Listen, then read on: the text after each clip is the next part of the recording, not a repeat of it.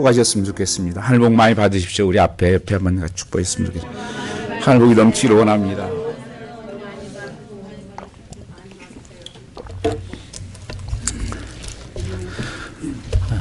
목회하면서 한 가지 소망이 있다면 성도들이 정말 행복했으면 하는 것입니다. 그렇게 함께 행복하다가 하늘나라 같이 갔으면 좋겠습니다. 이게 한 가지 저의 정말 깊은 소망입니다. 2018년도 이제 한 15일밖에 안 남았습니다. 세월이 날아가는 화살과 같다 그렇게 어떤 분이 얘기하시는데 우리가 시작도 참 중요합니다.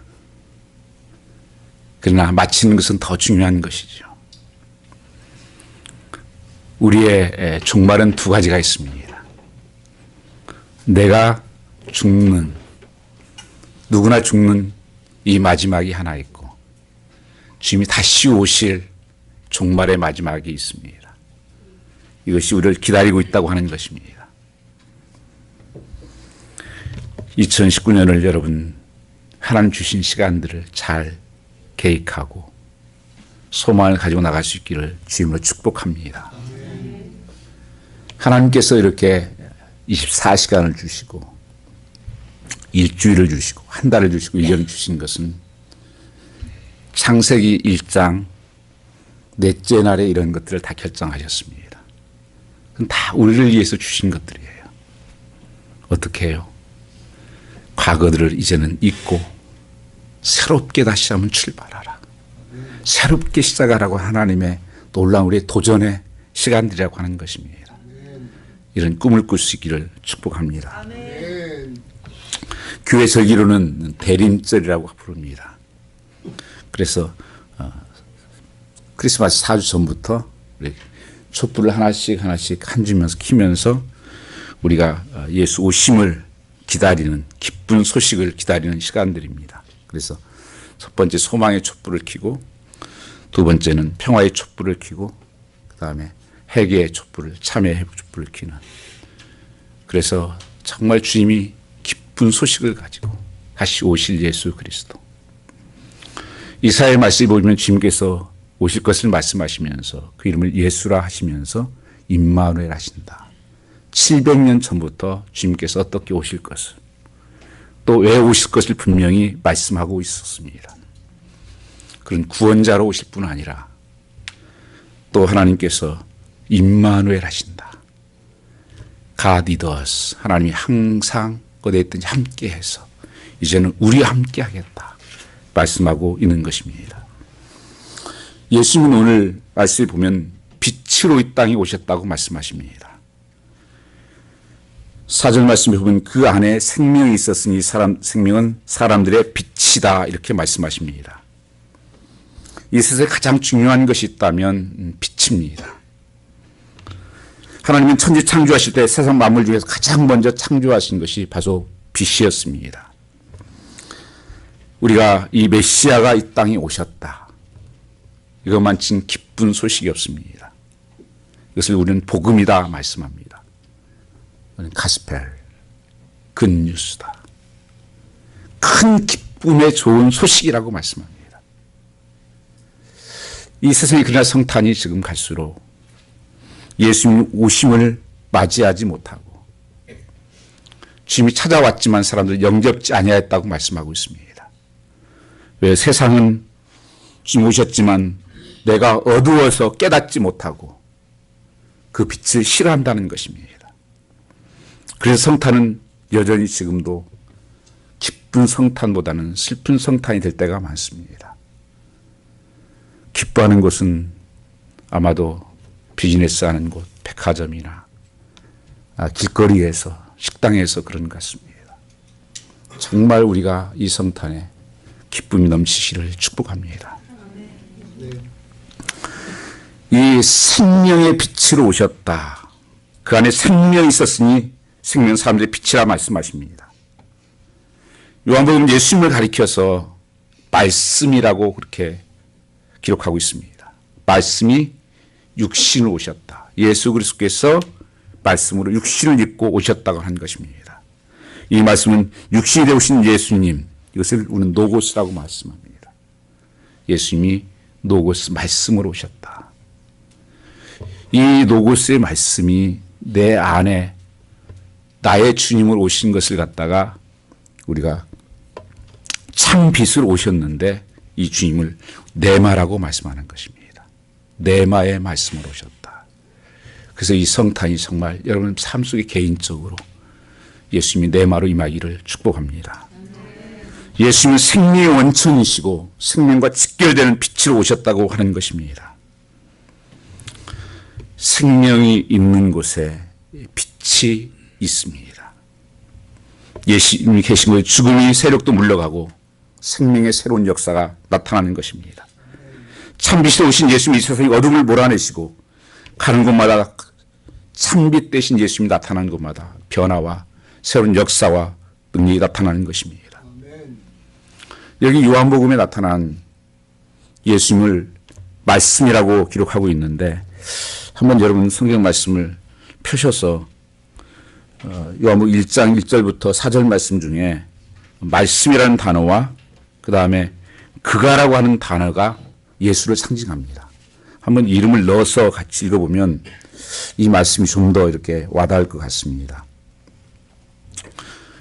요한복음 1장 1절부터 4절 말씀 중에 우리 같이 한번 거기에 말씀이 있으면 예수를 그 다음에 그가 하는 걸 예수를 넣어서 같이 읽겠습니다. 태초에 태초에 아니에요. 예수님이죠. 태초에 예수님이 계시니라. 이 예수님이 하나님과 함께 계셨으니 이 예수님은 곧 하나님이시니라. 예수가 태초에 하나님과 함께 계셨고 만물이 예수로 말미암아 지은 바 되었으니 지은 것이 하나도 예수 없이는 된 것이 없느니라. 예수 안에 생명이 있었으니 이 생명은 사람들의 빛이라. 아멘. 예수님만이 참 말씀으로 오신 분이시고 참 빛 되시고 그 모든 만물을 창조하시고 운행하시는 분이시다 말씀하고 있는 것입니다. 그래서 복음이 들어가는 곳마다 다 어둠이 벗어졌습니다. 빛 대신 주님이 가정에 들어가면 가정이 밝아집니다. 예수님이 한 사람이 들어가면 인격과 삶이 달라집니다. 모든 어둠이 떠나가는 것입니다. 그러니까 예수님이 세상에 치유의 빛으로 오셨다고 말씀하십니다. 예수님 오시는 것 중에 가장 모든 질병들이 치유가 되고 우울증들이 떠나가고 또 예수님이 비춰지는 곳마다에 모든 밤을 이루지 못하는 모든 것들이 밤을 잘 자게 하고 모든 질병들이 떠나갈 뿐 아니라 새로운 삶의 역사가 새로운 생명이 내 안에 태어나기 시작한다고 하는 것입니다.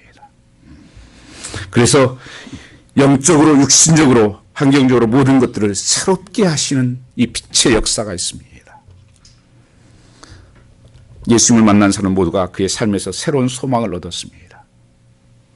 제 고통에서 제 삶의 소망을 얻은 사람, 병의 사슬에서 병남을 소망을 얻은 사람, 죽음의 공포에서 부활의 소망을 얻은 사람, 멸시와 천대에서 이루와 인정을 받는 사람, 잘 바뀌며 오르는 욕심의 굴레에서 남을 생각할 줄 아는 소망의 사람들로 바뀌게 된다는 것입니다. 빛은 생명을 살게 합니다. 빛을 받아야 살아갈 수가 있고 빛은 어둠의 세상을 비추는 것입니다. 예수님은 절망의 세상에 빛으로 오셨다고 말씀하십니다. 성경을 말씀을 보면 다 우리는 죽는다는 말씀입니다. 죄를 지으면 죽는다. 지옥에 간다. 사망이다. 전혀 소망의 빛이 비춰지지 않는 것이 성경 말씀이요 구약 말씀입니다. 그런데 예수 그리스도가 이 땅에 보내실 것을 말씀하시면서 우리의 눈이 열리기 시작합니다. 소망이 보여지기 시작합니다. 인간이 타락한 이후에 이 세상에는 영적 어둠이 임하였고 절망을 가졌습니다. 이러한 세상에 예수께서 빛으로 이 땅에 오셨다고 하는 것입니다. 그 말씀 하나님께서 자기 자신을 낮추고 좁히고 좁혀서 나를 구원하시기 위해서 이 땅에 찾아오셨다. 이게 하나님의 놀라운 사랑이에요. 그래서 어느 개인이나 가정이나 예수 그리스도를 믿으면 소망이 넘치게 되고 삶에 내리컬한 체인지가 일어나는 것입니다. 어두운 곳은 빛이 들어오면 밝아지고 어둠이 물러가게 되어 있습니다. 죄악 세상에서 구원의 빛으로 오셨다고 9절 12절에 말씀하십니다. 예수님이 땅에 구세주로 오셨고 죄악을 인하여 영원히 멸망받을 수밖에 없고 절망 속에 있는 인류를 구원하기 위해서 오셨다는 것입니다. 9절 말씀은 참빛으로 오셨다. 세상에서 각사를 비치는 빛이 있었다고 말씀하십니다. 그러나 자기 땅에 오며 자기 백성을 영접지 아니하였다. 2000년이 지금 지나가고 있지만 여전히 이 복음은 진행형입니다. 참빛으로 주님은 낮고 낮은 곳에 찾아왔지만 사람들은 아직도 주님을 영접지 아니하고 있다. 그래서 성탄이 사실 기쁜 성탄인데 저에게는 매우 슬픈 성탄이 될 때가 많습니다. 아직도 우리 가족 안에 예수를 알지 못하는 심령들, 또 우리 여러분 친구들 중에 또 사랑하는 여러분들 가족 안에 예수를 알지 못하면 성탄은 기쁨이 아니에요. 가장 슬픈 성탄입니다. 사단은 복음의 참빛을 보지 못하고 세상 내 빛만 보게 자꾸 지금 역사하고 있습니다. 사단은 너무 그것을 잘합니다. 예수를 만나면 그들의 삶이 변한다. 우리가 역사할 수가 없다. 그래서 이 성탄을 전부 사단이 조각을 냈어요. 이상한 것으로 다 끌고 갑니다. 요새는 성탄절 인사가 할러데이 그러잖아요. 해피 할러데이. It's not happy holiday. It's Merry Christmas. 아멘. 이번에 그 트럼프가 좀 마음에 들게 한 얘기가 있어요. 이번에 그 동영상을 제가 봤는데 그 치르마스 했는 게 메리 크리스마스라고 그렇게 얘기하더라고요. 내가 박수를 쳤습니다. 여러분 혹시 마켓에 가서 뭐 사시고 하더라도 해피 할러데이면 그렇게 인사하세요. 메리 크리스마스. 주님이 이 땅에 죽을 영혼들을 찾아오신 거예요. 그래야 메리가 되는 겁니다. 그러나 사람들은 영접지 아니하고 그 빛을 무시했다고 하는 것입니다. 왜 그럴까요? 사람들은 주님의 빛을 싫어합니다. 자기 자신이 다 드러나기 때문에 그래요. 이 안에도 이렇게 보면 깨끗한 것 같지만 낮에 햇빛이 쫙 들 때요. 여기 와서 이렇게 보면 한 줄기의 빛이 와도 이 안에 먼지가 뻔히 쌓여 있어요. 그 적나라하게 다 드러나는 것입니다. 그래서 여러분 우리 삶도 정말 친구들하고 예수 안 믿는 사람하고 정말 진정한 친구가 될 수 없는 것이 내가 가면 그것이 그 사람 불편하는 거예요. 왜요? 빛이 가니까 어둠이 견디질 못합니다. 어떻게 하나님이 싫어하는 거겠어요? 시편 1편 말씀에 복 있는 사람은 악인의 꾀를 쫓지 아니하며 죄인의 길에 서지 아니하며 오만한 자리에 앉지 아니하고 오직 여호와 율법을 즐거워하며 그 율법을 취하러 묵상하는 자를 하고 말씀하고 있는 것입니다. 악인의 꾀 거기에 들어가지 않아요. 거기에 앉지 않아요. 그게 될 수가 없습니다. 여러분 그 젊었을 때 지금은 잘 모르겠지만 데이트하고 처음 선보고 그러면 좀 분위기가 컴컴한 데 갑니다. 교양시집. 왜 그런 줄 아세요? 여러분 그 빛 밝은 데 가면 다 드러나잖아요. 뭐 점도 드러나고 뭐도 드러나고 자체도 드러나고 예쁨이 없어지잖아요. 이게. 좀 이게 감춰줘야 아름다움이 있고 예쁨이 있듯이 우리 삶 속에서 사람들은 다 어둠 속에서 악한 일을 합니다. 제가 전에 이게 가게들 신방하면 목사님 저 공터인데 저 사람들 마약을 해요. 여기 돌아보면 그 음침한 공원 한쪽에서 하고 또 술 마시고 대낮에 마시는 사람이 거의 다 그렇게 마셔. 세상에 악한 것들이 다 은밀하게 저녁에 보이지 않는 곳에서 다 일어나는 거예요. 근데 그게 드러나니까 전에 제가 TV 한번 보니까 막 어디서 춤을 추고 막 이렇게 밤이 컴컴한 데서 아줌마들이 하는데 그 카메라가 들어가니까 막 숨고 도망가는 걸 한번 본 적이 있었습니다. 왜 그럴까요? 부끄러운 거죠. 보이기 싫다는 거예요. 눈을 가리고 다. 사람들은 그럼에도 어두움을 좋아해요. 사람들이 행복하자고 하는 것이에요. 다들 여러분들 보면요, 행복하자고 하는 것들이 어두운 것들이 많습니다. 여러분, 마약하는 것도 다 행복하자고 하는 거예요. 술 취하고 하는 것도 행복하자고 하는 거잖아요. 그런데 주님께서는 그것이 어두움이라고 말씀하십니다. 죽음이라고 말씀합니다. 그러나 주님께서 뭐라고 말씀하십니까? 영접하지 아니하였으나 12절 말씀에 보면 영접하는 자 곧 그 이름을 믿는 자들에게는 하나님의 자녀가 되는 권세를 주셨다고 말씀하십니다. 이게 놀라운 우리의 축복입니다. 곧 빛이 세상에 왔을 때 빛보다 어두움을 더 사랑하는 것이라고 말씀하고 있지만 그러나 예수 그리스도를 믿는 사람들에게는 하나님의 자녀가 되는 권세를 주셨다. 예수 믿을 때 어떤 일이 일어납니까? 많은 사람들이 예수 믿으면 복을 받는다고 말합니다. 정말 예수 믿으면 복을 받습니다. 그래서 성경에 보면 야베스에게도 복에 복을 더하시고 하나님 지경을 넓히시고 하나님 도 산란과 근심이 없게 하옵소서 하였더니 하나님께서 응답하셨더라. 영혼이 잘 되고 범사가 잘 되고 강건케 하는 복이. 구약에 보면 형통의 복이 다 임했다. 예수 믿는 사람이 참 복을 받는 삶은 맞지만 참으로 진정한 복은 뭐냐? 여기에 진정한 복은 하나님의 자녀로 태어난 복을 받는다는 것입니다. 그 본질적인 변화는 다시 태어나는 것입니다. 그래서 그리스도 안에 있으면 새로운 피조물이라. 이전 것은 지나갔으니 새 것이 되었다고 말씀하는 것처럼 오늘 성경 말씀을 영접한 자 곧 그 이름을 믿는 자들에게는 하나님의 자녀가 되는 권세를 주셨으니 내가 예수 믿은 그분을 영접했으면 난 하나님의 자녀가 되었다는 것입니다. 어떻게 자녀가 되었는가 13절에 기록되고 있습니다. 혈통으로나 육적으로 난 것이 아니고 하나님의 뜻으로 된 것이라고 말씀합니다. 여러분 그래서 교회 공동체는 혈통적으로 보이는 거 아니에요. 예수 그리스도만이 나타나고 예수 그리스도만 증거되고 예수 그리스도가 중심되는 것입니다. 성경에서 예수 그리스도가 머리고 우리는 한 다 지체라고 말씀하는 거예요.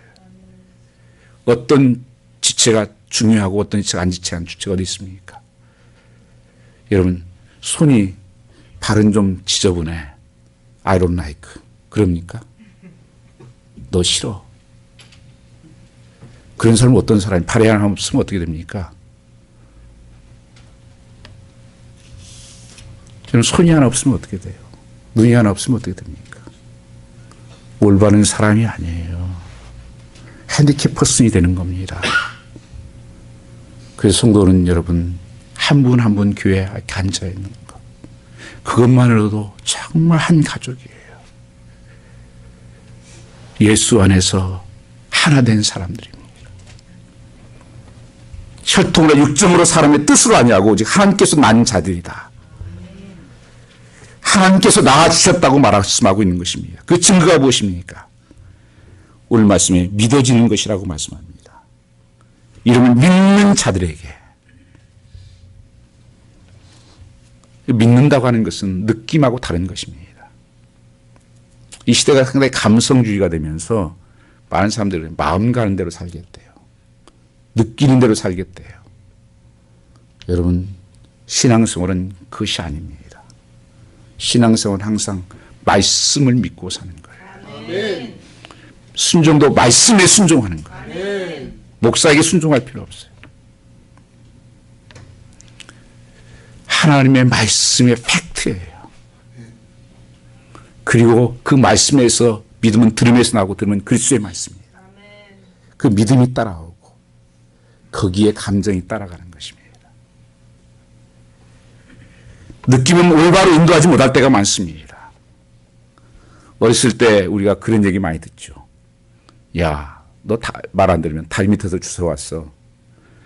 그래서 진짜 고민할 때가 있잖아요. 정말 생부가 맞나? 한참 고민을 합니다. 정말 엄마 아빠가 나를 낳았냐고 묻는 것입니다. 그 엄마들이 되게 이러시죠.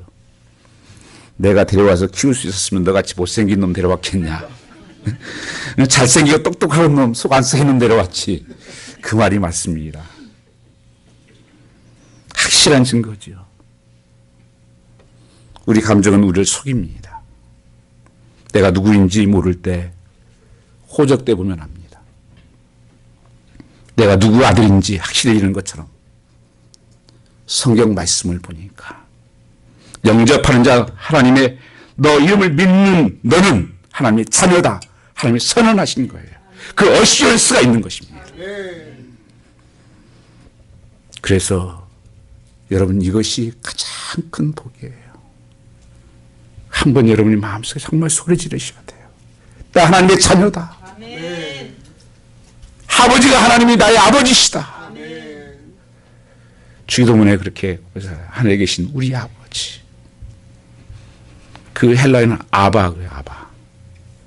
아빠 비슷하죠. 사실 기도의 핵심도요. 정말 아버지가 믿어지면 끝이에요. 그 하나님 어떤 아버지십니까?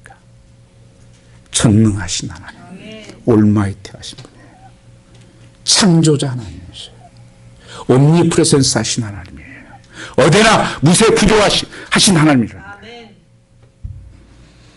하나님께서는 자녀들을 사랑하는데 사랑밖에 모르는 분이 하나님이십니다.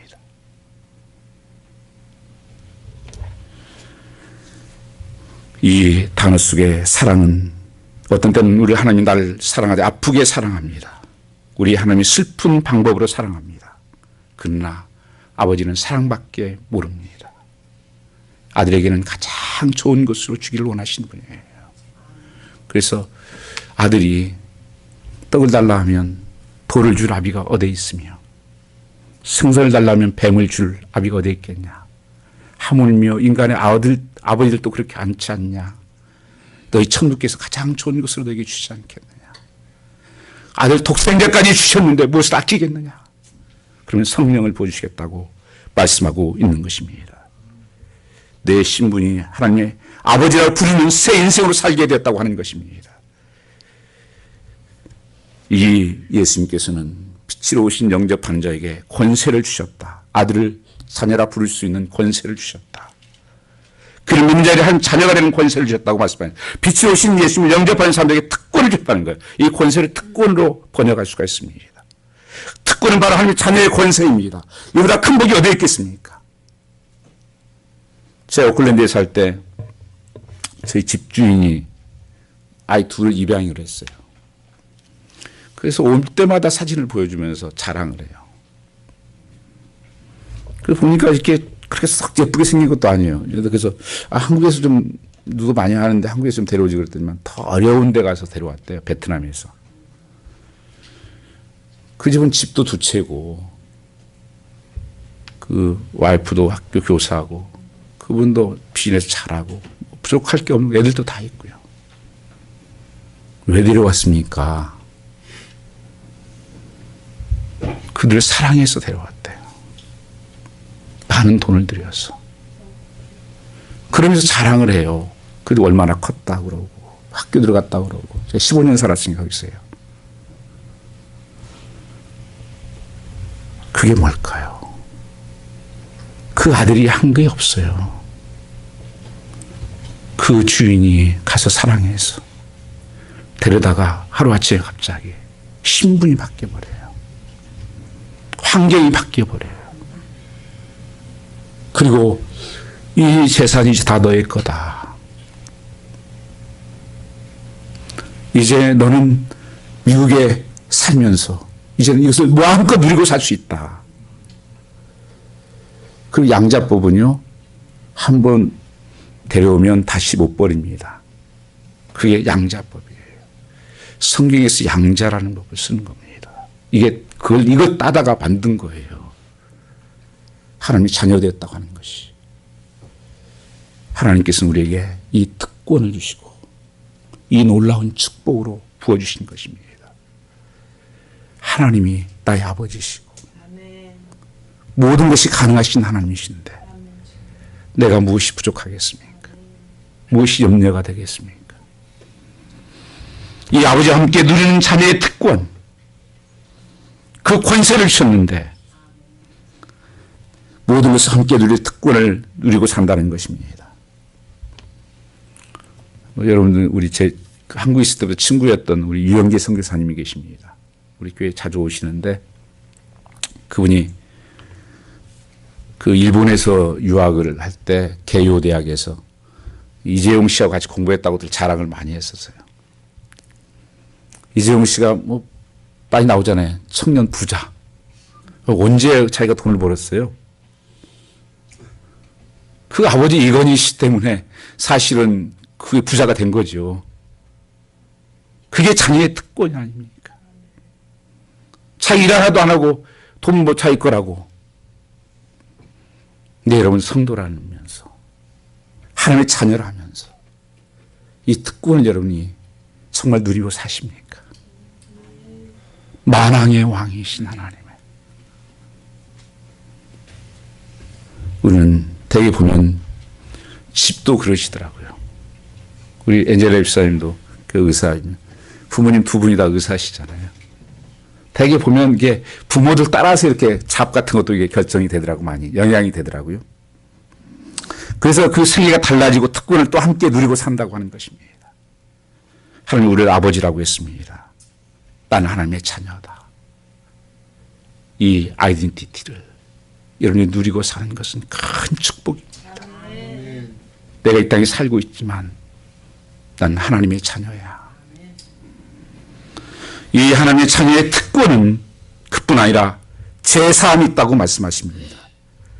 죄 용서받는 특권입니다. 인생을 불행하게 만드는 것은 다 죄입니다. 죄가 없으면 인생은 담담해집니다. 담대해집니다. 어떤 사람이 장난으로 50군데 무작위로 전보를 쳐서 당신의 모든 것이 다 들통났습니다. 그랬더니만 한 사람도 안 낳고 다 도망을 갔더래요. 죄가 없다면 이거 누가 장난치는가 보다 그렇게 생각할 거 아니에요. 그런데 놀래털되 죄의식과 두려움으로 살기 때문에 누가 쿡 찌르니까 그 밤에 다 도망을 간 것입니다. 저와 여러분 안 그럴까요? 어떤 사람은 죄의식 속에 길티 필링 속에 살고 무거운 짐에 눌려 살고 두려움에 살고 내 과거가 들통나면 어떡하지? 내가 이거 걸리면 어떡하지? 이런 염려와 두려움 속에 사는 것이 우리입니다. 죄에 묶여 사는 것이. 우리 인생을 두려움을 살게 만들고 햇빛보다 어둠 속에 살게 만드는 것입니다. 그 죄 가정에 들어가면 가정이 무너지고 죄가 사회에 들어오면 사회가 아파하는 것입니다. 요즘 이 세상이 거짓과 물질과 음란으로 다 무너집니다. 이미 성경 마지막 때 모습으로 말씀하셨습니다. 사무엘상에 보면 이세벨이라고 하는 여인이 나옵니다. 아방의 부인입니다. 이 아방이 아주 악한 왕이에요. 하나님께서 정말 더 싫다. 근데 심지어 이 이세벨이라고 하는 이방 여인을 얻어서 바알상을 들어와서 사마리아에다 바알 신상을 세웁니다. 그리고 사마리아 거기에 있는 선지자들 다 죽이고 엘리야 때. 그리고 얼마나 욕심이 많은 여자인지 그 난 포도밭을 뺏어가지고 왕에 갖다 주고 그리고 얼마나 또 세상적인 세속적으로 살았는지 이 여인이 그 열왕기하 9장 30절 말씀에 보면 죽을 때 어떻게 죽은 줄 아세요? 거기 나오네요. 예. 이세벨이 듣고 눈을 그리고 머리를 꾸미고 창에서 바라보다가 31절에 보면 죽는 장면이에요. 이때도 이게 죽을 나이 다 알고 있었으면서도 불구하고 이렇게 눈 그리다가 머리를 꾸몄다 그러잖아요. 머리를 꾸미고 딱 이렇게 하다가 죽었어요. 그런데 여러분 이게 끝난 게 아니었어요. 요한계시록 2장 20절 말씀을 보면 이 두아드라 교회에 말씀하시는 주님의 말씀이 나옵니다. 책망을 합니다. 뭐래요? 이세벨을 용납하고 행음하게 하고 우상제물을 먹게 하고 이 마지막 때 망하는 사건이에요. 이세벨을 용납하는 것, 행음하는 것, 음란하는 것, 우상제물 먹게 하는 것, 하나님보다 더 좋아하는 것, 우상입니다. 이거 섬기게 하고, 여러분님 마지막은 이것으로 망하게 돼 있어요. 지금 역사적으로 가는 거 보세요. 지금이요. 결코 거짓이 모아져서 진실된 법은 없습니다. 죄는 늘 죄를 낳고 거짓을 낳습니다. 죄는 언제든 인생을 불행하게 만듭니다. 죄는 없어지지 않습니다. 하나님은 또 다른 모습이 있다면 그것은 심판주의입니다. 우리 하나님만이 심판주입니다. 하나님은 3대 주권에 대해서 말씀하십니다. 첫 번째는 하나님의 주권은 하나님만이 창조자다. 사람은 개조하고 조금 발견할 뿐이지 사람은 새로운 창조할 수 없습니다. 하나님은 섭리하시는데 온 세상을 다스리십니다. 그리고 한 번 죽는 것은 정한 것이요 그 후에 하나님의 심판이 있을 것을 말씀하는 것입니다. 변할 수 없는 하나님의 사건이에요. 하나님께서는 우리를 창조하셨습니다. 많은 사람들이 우리가 무너지는 것 중에 하나가 비교의식이에요. 그냥 나 혼자로서는 행복한데 저 인간만 보면 내가 불행해지고 옆집 남편만 보면 불행해지고 옆집 아내만 보면 불행해지고. 여러분 방글라데시 같은 경우는요 하루 종일 이렇게 돌 깨고 해도 일불이에요. 일불. 하루 일당이요. 행복지수가 제일 높아요. 근데 미국에 살면서 여러분 얼마나 더 누리고 살 수가 있겠습니까? 그런데도 사람들은 행복하지 않대요. 왜요? 자꾸 끝없이 비교하기 때문에 그렇습니다. 이 비교의식은 하나님 주신 게 아니에요. 사단이 준 것입니다. 하나님은 창조의식이에요. 너희가 걸작품으로 살기를 원하시는 거예요. 상품은요 비교하는 거예요. 여러분 화장품 살 때 어떻게 합니까? 어떤 퀄리티가 얼마나 되고 프라이스가 얼마나 되고 어느 메이커고 서로 비교해서 사는 거예요. 그 상품이에요. 작품은요 그 하나밖에 없는 거예요. 그 하나를 통해서 역사를 이루고 나를 통해서 하실 일이 있어서 나를 보낸 것이고 이 하나님의 사명의식이 생기고 목적의식이 생기는 것입니다. 하나님께서 우리를 그렇게 지으셨다고 하는 거예요. 여러분 그 모습 그대로 지으면 사랑하시는 것입니다. 우리는 하나님을 창조하실 뿐 아니라 그분은 섭리하시고 계신 거예요. 역사를 섭리하고 계십니다. 역사의 주관자예요. 그래서 여러분이 살면서 역사의식을 가지고 사는 것이 중요한 것입니다. 내가 2018년이라는 삶을 어떻게 살았지? 내가 무엇을 하고 살았지? 어디 있었지? 여러분 이것은 역사에 다 남는 사건이에요. 예수 그리스도는요. 우리 2018년이라고 하는 것은 정확한 연도는 아니지만 그러나 기준은 그거예요. 예수 그리스도의 오심과 그 후 BC와 애들을 나눈 것입니다. 그래서 예수님이 오신 이후로 지금 우리가 2018년이 됐다는 거 아닙니까? 그 역사의식은 가지고 있어야 돼요. 역사는 하나님 말씀대로 흘러가고 있습니다. 말씀대로 역사는 이루어질 것입니다. 이제는 다시 오실 예수님이 모든 것이 다 준비가 된 거예요. 그래서 우리는 늘 역사의 책임의식을 가지고 역사를 만들어가는 사람이라고 하는 것입니다. 그리고 오늘 나도 죽을 수 있는 것 몰라요 여러분요. 요새 그렇게 암이 왜 그렇게 많은지 모르겠어요. 여러분 항상 이것을 기억하셔야 됩니다. 오늘 내가 살아온 것의 삶을 통해서 하나님께서 심판하시고 평가하신다. 이 특권을 제 용서함의 특권을 누리시기를 주님을 축복합니다. 예수 그리스도만이 우리 죄를 사해 주시고 우리를 깨끗게 하신다고 말씀하십니다. 만일 우리가 우리 죄를 자백하면 저는 미쁘시고 의로우사 우리 죄를 사하시며 모든 무리에서 깨끗게 하실 것이라고 요한일서 1장 9절에 말씀하고 있는 것입니다. 이것을 예수 주님께서 십자가에 달리신 것입니다. 십자가는 하나님의 거룩과 사랑이 나타나는 것이에요. 어느 것도 손상되지 않는 거룩함이, 사랑이 부어진 것입니다. 오늘 우리의 살아가는 삶도 마찬가지입니다. 내가 거룩함과 사랑으로 살아가야 되는 것입니다. 이 자녀의 특권은 또한 평강을 말씀하고 있습니다. 평화의 진짜 뜻은 무엇입니까? 그것은 올바른 관계라는 뜻입니다. 하나님과 우리가 원수되었다가 하나님과 아무 일도 일하지 않았다 바른 관계가 되었다는 것입니다. 원수되었었는데 예수 그리스도를 만남으로 내가 바른 관계가 되었다. 여러분, 바른 관계가 안 되면 참 불편합니다. 회사에서 일하시는 분 보스하고만 마음 안 맞아도 직장이 지옥 같잖아요. 가기가 싫고, 학교 선생님과 관계가 안 좋아도 그 선생님 만나기 싫고, 그 클래스에 들어가기 싫고, 부부가 서로 안 좋은 사람들은 집에 들어가기 싫고, 관계라는 것이 얼마나 중요한지 모릅니다. 저는 그래서 항상 결혼하는 젊은 사람들한테 그 말을 합니다. 말이 통하는 사람하고 하라. 말이 안 통하는 것만큼 견디기 힘든 게 없어요.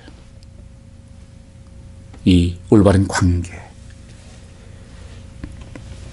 만왕의 왕이고 만주의 주신 창조주 하나님께서 바른 관계가 아닐 때 얼마나 그러면 불행하겠냐는 거예요. 우리가 몰라서 그렇죠. 내가 하나님과 원수되었다고 생각해 보세요. 내가 얼마나 삶에 고통이 있겠는가, 얼마나 아픔이 있겠는가.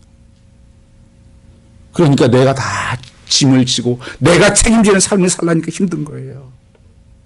모든 걸 내가 해결해야 되고 내가 해야 된다고 하니까 그 짐이 눌리는 것입니다. 주님께서는 수고하고 무거운 짐진 자들아 다 내게로 오라. 내가 너를 쉬게 하라. I'll give you rest. 하나님만이 그 힘을 주시고 평강을 주신다는 것입니다. 여러분, 돈으로 평강을 못 삽니다. 지위로 평안을 못 삽니다. 공부로도 평안을 못 삽니다. 한 원수된 분은 주께서 하목제물이 되어주실 때만이 그 평강이 임하는 것입니다. 하나님과 나와는 전혀 만날 수 없는데 그분이 하목제물 되셔서 모든 진노를 내리신 온몸에 다 받으시고 하나님 만나고 이 아바라 부르게 해주셨다고 하는 것입니다. 예수 믿고 나서 가장 놀라운 것은 세상에 이런 평화가 있는가 하는 것입니다. 아무것도 달라지지 않는데 이런 평화가 있을 수 있느냐. 예수 그리스도가 하목제물이 되었기 때문에 그렇습니다. 여러분, 누구나 이 세상 살면서 고통이 없는 사람 어디가 있습니까? 저도 이런저런 고민이 많습니다. 성도들 한 분 한 분이 정말 행복하면 저는 너무 행복한데 살면서 이런 거 만나고 저런 거 만나는 성도를 보면 마음이 그렇게 무겁습니다. 제가 그런 것 같아요. 그거 어떻게 합니까? 하나님 앞에 새벽을 무릎 꿇고 기도하고 하나님께 맡기면 하나님께서 그것을 다 맡아 주시고 내 안에 하나님의 평강의 영으로 부어주시는 거예요. 그래서 오늘 또 살고 있고 내일 또 소망이 있는 것이죠. 그렇지 않으면 누구도 견딜 수가 없습니다. 요한복음 14장 27절 말씀에 보면 평안을 너에게 끼치노니 곧 나의 평안을 너에게 주노라. 내가 너에게 주는 것은 세상이 주는 것 같이 아니하니라. 너희는 마음에 근심하지 말고 두려워하지도 말라. 주께서 주신 평안은 어떤 평안이라고 세상이 주는 것 같지 않다는 것입니다. 여러분, 세상에 주는 것들은요, 세상에 주는 기쁨은 다 조건적인 것들이에요. 컨디션한 것입니다. 내가 100불 주었어요. 해피, so 해피. 갑자기 차가 누가 오더니 부딪혔어요. unhappy. 그게 인생이에요. 우리 평강도 마찬가지죠. 내 말 좀 잘 누가 듣고 그러면 마음이 편했다가 좀 속을 좀 세게 있는 사람 만나면 마음이 참 쎄해지고. 근데 세상이 주는 것 같지 않다는 거예요. 하나님만이 우리에게 피스를 주신 분이십니다. 평강을 이루신 분이에요. 내가 예수 믿고 하나님의 자녀되었다는 근심, 염려, 걱정, 문제는 왜 내게 떠나지 않는가 그렇게 생각할지 모르겠습니다. 이렇게 질문하는 사람이 있을 거라고 생각합니다. 빌립보 4장 6절 7절 말씀에 보면 아무것도 염려하지 말고 모든 일에 기도와 간구로 너희 구할 것을 감사함으로 하나님께 아뢰라. 뭐라 그러니까 그리하면 7절에 평강의 하나님께서 너희 마음과 생각을 뭐라고요? 지키시리라. 이 말씀을 잘 보시기 바랍니다. 너희 구할 것을 감사하면 그리하면 조건이잖아요. 모든 죄에 뛰어나는 평강이 그리스도 예수 안에 너희 마음과 생각을 지키시리라. 염려, 근심, 걱정거리가 예수 믿는다고 없어지는 것이 아니라는 것이에요. 또 다른 문제가 생겨요. 이거 끝나면 또 다른 문제. 문제는 하나 해결되면 또 다른 문제가 오지만 그런데 우리 주님께서 하신 말씀은 하나님 평강으로 내 마음을 지켜주신다는 거예요. 마음을 지켜주시는 거예요. 그게 응답이고 축복이에요. 그것이 아무것도 한 건데 하나님께서 이렇게 마음 편하지. 그거 보면 나중에 다 잘 돼요. 하나님께 맡기고. 기도가 뭡니까? 캐스팅 아웃 하는 거예요. 덤프링 하는 거예요. 하나님께 던지는 거다. 맡기는 것. 하나님께 모든 것이 속해 있다. 그래서 하나님께 내가 가지고 있던 것을 맡기니까 나는 평안해지고 하나님 일하시기 시작하고 그 역사는 이루어지는 것입니다. 이 자녀의 특권은 진정한 삶의 목적이 생기는 것입니다. 자녀의 특권은 삶의 진정한 목적을 갖게 살게 된다는 것입니다. 우리 아버지께서 너 멋지게 살아. 걸작으로 살아라. 내 영광과 직결된 삶을 살아라. 너는 내 아들, 내 딸 아니냐. 하나님 아버지를 모시고 사는 것입니다. 우리 하나님 아버지 앞에서 놀라운 특권을 누리고 산다고 했습니다. 우리의 이 삶의 목적. 오늘 6절 말씀해 보시면 요한이라는 이름이 나옵니다. 그분이 실제로 이렇게 말합니다. 제가 증거를 왔으니 곧 빛에 대하여 증거하고 모든 사람을 자기를 인하여 믿게 하려 함이라. 요한이 온 목적을 분명히 말씀합니다. 나는 참 빛이 아니야. 나는 작은 빛이야. 주를 비치는 빛으로 살게 되기를 원해. 하나님께서 내 삶을 통해서 이루고자 하신 것이 무엇인가? 요한은 그렇게 믿었습니다. 나를 통해서 하나님 믿는 사람이 많이 나오게 해주십시오. 그래서 이 작은 빛이 되어서 비추게 해주십시오. 참빛을 소개하게 해주십시오. 나는 참빛이 아닙니다. 여러분 각자의 삶에 하나님께 주신 목적이 분명히 있다는 것입니다. 마이크는 마이크대로의 매그니파이 수 있는 그런 목적이 있고 다 여러분 가지고 있는 거 그냥 우연히 된 것이 아니에요. 누가 목적이 있어서 다 만든 것입니다. 내가 그 목적을 이루어가는 삶을 살게 되는 것이에요. 그러니까 삶에 의미가 있어요. 그래서 삶에 내가 살고 싶은 살아야 되겠는 사명이 생기는 것입니다. 그렇지 않으면 살 이유가 없는 거예요. 저도 얼마 전에 좀 됐는데 정말 상당한 그 위기를 제가 겪었어요. 그냥 죽고 싶은 거예요. 사도 바울의 그 말씀을 읽다가 사도 바울이 죽고 싶다 그랬잖아요. 그건 나도 그런 거예요. 이 세상에 재미가 하나도 없어요. 뭘 먹어야 재미있고 뭘 가져야 재미있을까 그런 게 없는 거예요. 나를 행복해 줄 수 있는 게 없어요. 그럼 뭐로 더 사나? 사도 바울이 나도 빨리 가고 싶다. 근데 사도 바울이 그 고백을 해요. 아직 있는 것이 너희에게 유익이 돼서 있는 거다. 그 사명의식 때문에 사도 바울이 사는 이유를 발견한 거예요. 저도 마찬가지고 여러분도 마찬가지입니다. 이 땅에서 뭘 더 먹고 뭘 가지고 뭘 위해서 살 이유가 있습니까? 죄만 더 짓지. 그 하나님께서 아직도 나를 통해서 이루실 하나님의 사명과 목적이 있다. 아멘. 그걸 감당하기 위해서 예수님도 오신 것은 요한복음 10장 10절에 그렇게 말씀하시잖아요. 내가 온 것은 양으로 생명을 얻게 하고 더 풍성히 얻게 하려 함이라.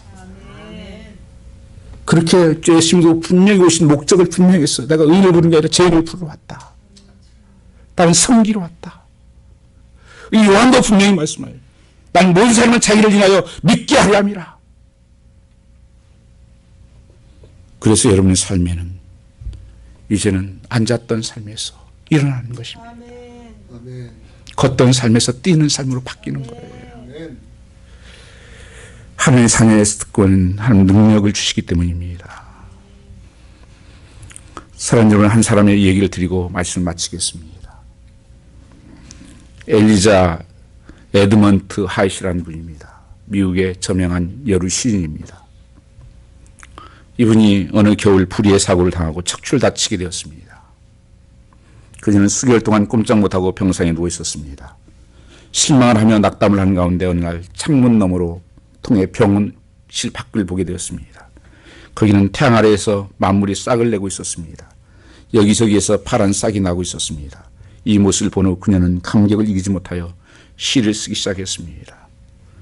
내 영혼에 햇빛비치니 주 영광 찬란해. 이 세상 어떤 빛보다 이 빛 더 빛나네. 주의 영광에 빛난 그 빛 내게 비춰주시옵소서.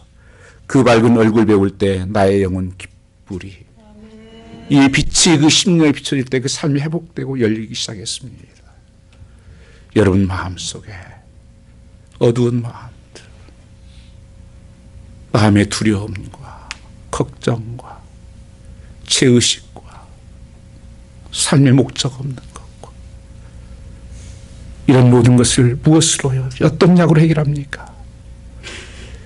주님의 그 찬란한 빛이, 참빛이 내 안에 비춰지기 시작하며 내 안에 임하기 시작하면 놀라운 역사로 변화가 일어나는 것입니다. 기적이 거기에 나타나는 것입니다. 그래서 영접한 자 곧 그 일을 믿는 자들에게는 자녀가 되는 권세, 특권을 우리에게 부어주시는 것입니다. 이건 누구에게나 약속하고 있는 말씀입니다. 오늘 여러분이 이 성탄에 여러분의 사건이 되시기를 주님으로 축복합니다. 우리 찬양 하나 같이 부르겠습니다.